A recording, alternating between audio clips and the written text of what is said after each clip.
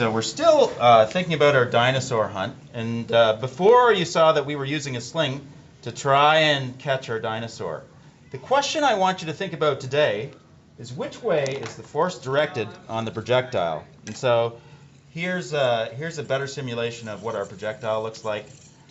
Just ignore the fact that my hand is moving eccentrically. What I'm doing is putting a little bit of energy into the sling so that the projectile stays in motion even though it's losing energy to friction.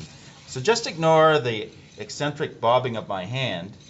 The question is, as this moves in a circle, something's keeping it moving in that circular path.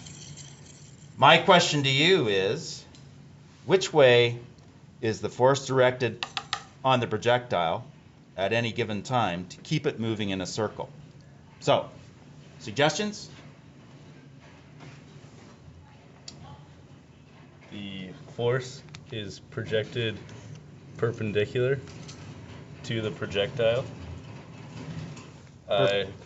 Yeah, go ahead. Base my guess on the fact that at any given time, the same amount of force is put on the projectile coming straight out of the wire. So as it moves around, it'll always stay perpendicular. All right, lab assistant number 2.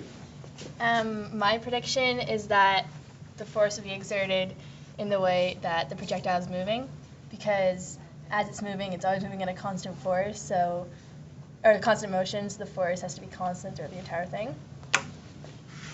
And I say somewhere in between.